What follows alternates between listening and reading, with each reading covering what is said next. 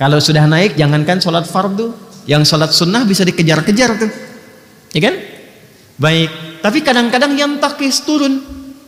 Kalau sudah turun, jangankan sholat sunnah, yang fardu bisa terlambat, ya kan? Sampai nunggu iqamat kan? Baik. Nah, kapan kita bisa naikkan dan dijaga supaya tidak turun? Kata Nabi, yazidu bit ta'at. Dia bisa naik kalau pemilik iman itu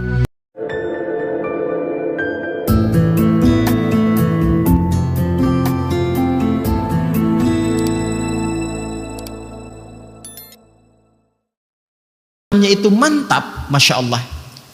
Jadi nggak ada beda semua yang dia hadapi. Ketika itu mendatangkan suka, dia bersyukur. Ketika dia merasakan duka pun dia bersabar. Jadi semua dilihatnya itu serupa, sebagai anugerah yang Allah turunkan tentang bagaimana cara menyikapinya. Itu sesuatu yang sangat indah. Al-imanu yazidu wa yantaqisu. Iman itu akan terasa kadang di level yang tinggi naik. Kalau sudah naik, jangankan sholat fardu, yang sholat sunnah bisa dikejar-kejar tuh, ya kan? Baik, tapi kadang-kadang yang takis turun. Kalau sudah turun, jangankan sholat sunnah, yang fardu bisa terlambat, ya kan? Sampai nunggu iqamat kan? Baik. Nah, kapan kita bisa naikkan dan dijaga supaya tidak turun? Kata Nabi, yazidu bit ta'at. Dia bisa naik kalau pemilik iman itu konsisten memperbanyak ketaatan. Wujud ketaatan itu wujudnya adalah ibadah. Karena itu kalimat iman pertama dalam Al-Quran disusulkan dengan ibadah. Al-Baqarah ayat 3 yang telah kita lampaui dulu. Alladzina yu'minuna bil ghaib. Dan itu kalimat iman pertama kan? Orang takwa yang sejati itu yang akan mendapatkan petunjuk yang benar dari Al-Quran. Ciri pertamanya adalah dia memiliki konsistensi keimanan terhadap Allah sekalipun belum nampak dalam pandangannya. Lalu bagaimana dia menjaga konsistensi iman itu? Wa yuqimunas shalah wa mimma razaqnahum yunfiqun. Jadi kalau sholatnya ditingkatkan dari yang 5 waktu, ya, subuh, zuhur, asar, maghrib, isya, mukallah, ditambah dengan sunnah rawatibnya, tahajudnya, sholat mutlaknya, itu nanti akan terjadi satu dampak perubahan kepada jiwa, akan lain, dan nanti perilakunya akan beda.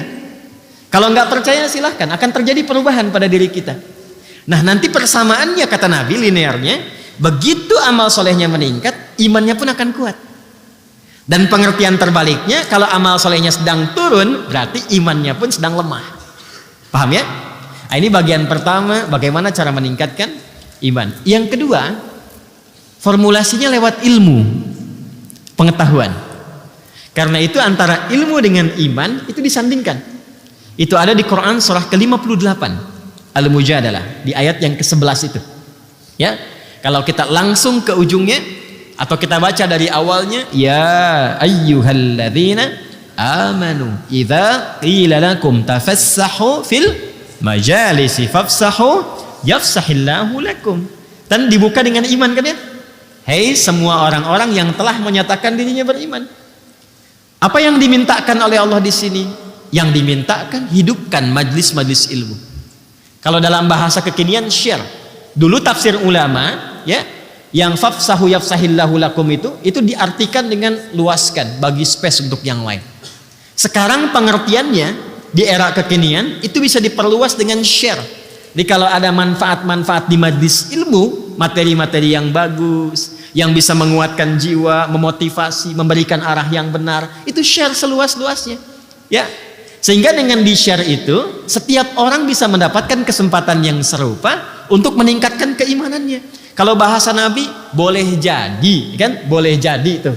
Ya, yang mendapatkan sharean itu mendapatkan manfaat yang lebih banyak bahkan dibandingkan dengan yang nge-share. Maksudnya apa? Mungkin lebih berdampak kepada yang mendapatkan itu.